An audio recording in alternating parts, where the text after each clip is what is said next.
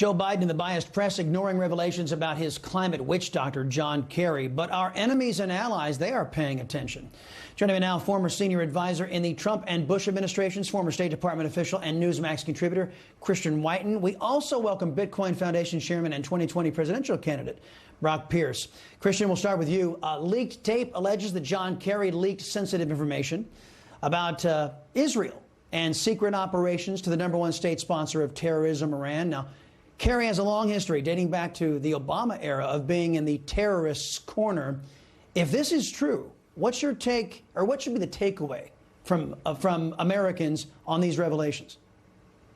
You know, I think the takeaway is that John Kerry has a problem with enemy identification. It goes back actually farther than the Obama administration to when Kerry was a young man in 1970, when he was still a member of the U.S. Naval Reserve. He went to Paris and met with the North Vietnamese government, the government with which we were at war, the government he had just spent 4 months in Vietnam ostensibly fighting. You know, Kerry, throughout his career, he's chummed it up with Assad, the dictator of Syria, before the Civil War started. But at a time, Syria has long been making, great trouble for the United States and especially for Israel, hosting Hezbollah and so on. This is someone who just really has an urge to collaborate with our opponents and, frankly, abuse some of our better allies in the world. Brock, you surprised the sycophantic media is all but ignoring this story?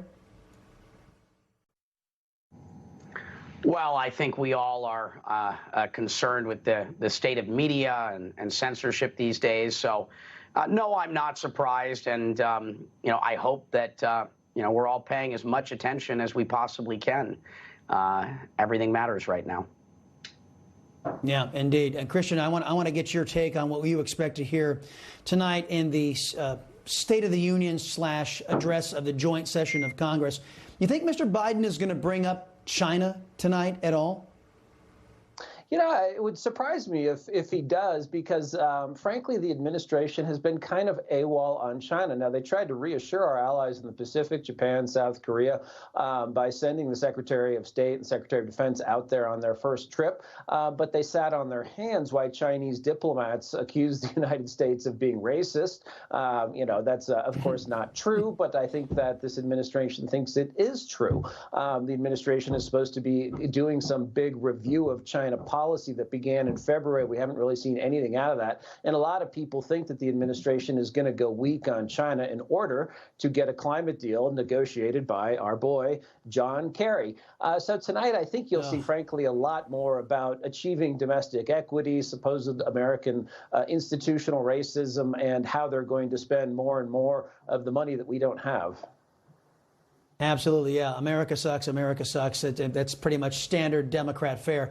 Brock, I want to turn to digital money. The cryptocurrency market has roughly doubled in value a little more than 2 months as a growing number of companies are hopping on the bandwagon here.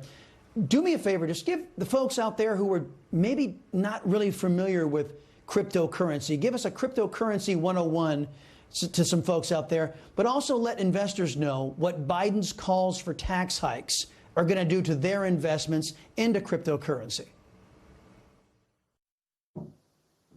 Wow. With this little time, what is cryptocurrency? Well, first of all, I can't stress it enough.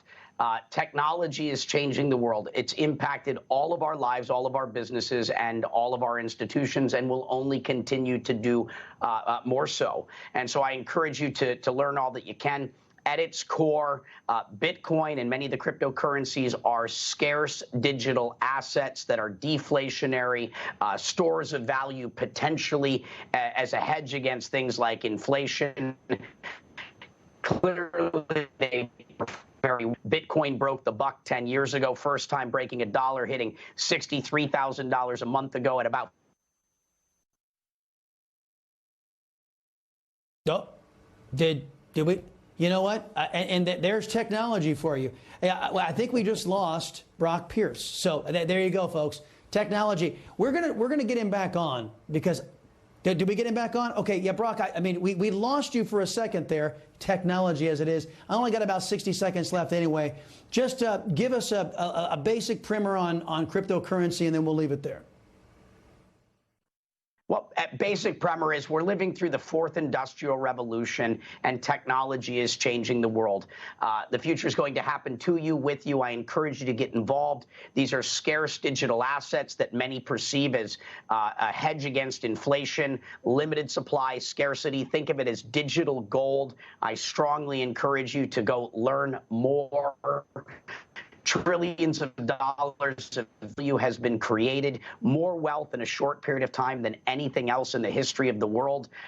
Definitely take the time to learn what you can. I don't encourage people to invest in anything other than yourselves. Take the time to learn and know so that you are empowered to make informed decisions for yourselves. Christian Whiten and Brock Pierce, we're going to continue this conversation about cryptocurrencies, folks, because it is a thing. Thank you, guys. Appreciate the time.